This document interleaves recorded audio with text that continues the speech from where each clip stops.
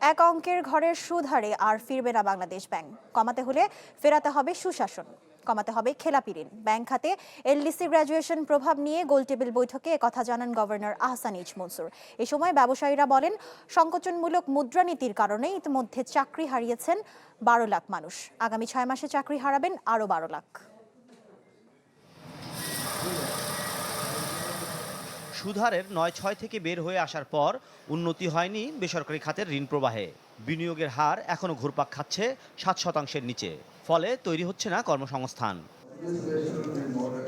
এমন পরিস্থিতিতে LDC graduation ও bank খাতের প্রভাব নিয়ে এক গোলটেবিল বৈঠকের আয়োজন করে ইন্টারন্যাশনাল চেম্বার অব কমার্স, যেখানে উঠে আসে কর্মসংস্থান না হওয়ার কারণে দেশের আর্থিক বিপর্যয়ের পরিস্থিতি। বক্তারা বলেন, এলডিসি গ্র্যাজুয়েশনের ফলে প্রতি বছর বাংলাদেশের রপ্তানি কমতে পারে 14%। বিদেশ থেকে দেশে রেমিটেন্সের টাকা আসে নিরাপদে। তাই আজই আপনার আপনজনকে বলে রাখুন, রেমিটেন্সের টাকা যেন শুধু নগদেই পাঠায়। উৎপাদনে খরচ বাড়ার পাশাপাশি বিশ্ববাজারে অসম প্রতিযোগিতায় পড়বে Bangladesh. Operational and technology gaps add another layer of risk. অনুষ্ঠানে ব্যবসায়ীরা তুলে ধরেন ব্যবসা বাণিজ্য ও শিল্প কলকারখানার চ্যালেঞ্জ। অভিযোগ করেন, উচ্চ সুদহারের কারণে ক্ষতিগ্রস্ত হচ্ছে দেশ, বাড়ছে বেকারের সংখ্যা। Altogether, as a private sector representative, we are not feeling very comfortable at this juncture to have the graduation in November 26. It's a good news that we would like to be graduated, but we are really not well prepared. Policy tighten করাতে কি হয়েছে? 12 লক্ষ লোক চাকরি হারিয়েছে, এখন তারা বেকার, এবং আমার মনে হয় আরও 6 মাসে আরও 12 লক্ষ লোক চাকরি হারাবে।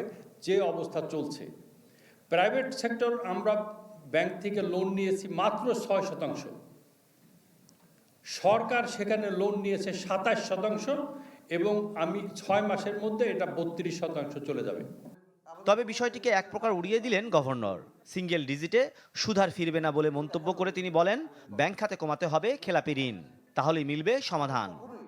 আমরা তো 9-6 ফেরত যাব না, আমরা তো মার্কেট বেসড ইকোনমিক ম্যানেজমেন্টে যাচ্ছি, ফাইন্যান্সিয়াল সেক্টর ম্যানেজমেন্টে যাচ্ছি। কাজে ওই সময়টা ছাড়া কিন্তু ইন্টারেস্ট রেট কখনোই সিঙ্গেল ডিজিটে ছিল না বাংলাদেশে, এগুলো বলে কোনো লাভ নাই। কাজে it is not a new phenomena. বিগত দিনে ব্যাংক খাত লুটপাট ও অর্থ পাচার নিয়ে ব্যবসায়ীদের সংগঠনগুলোর নীরবতার সমালোচনাও করেন governor. We want vibrant associations, not puppet associations. We want them to tell the truth. Masum Mia, channel 24, Dhaka.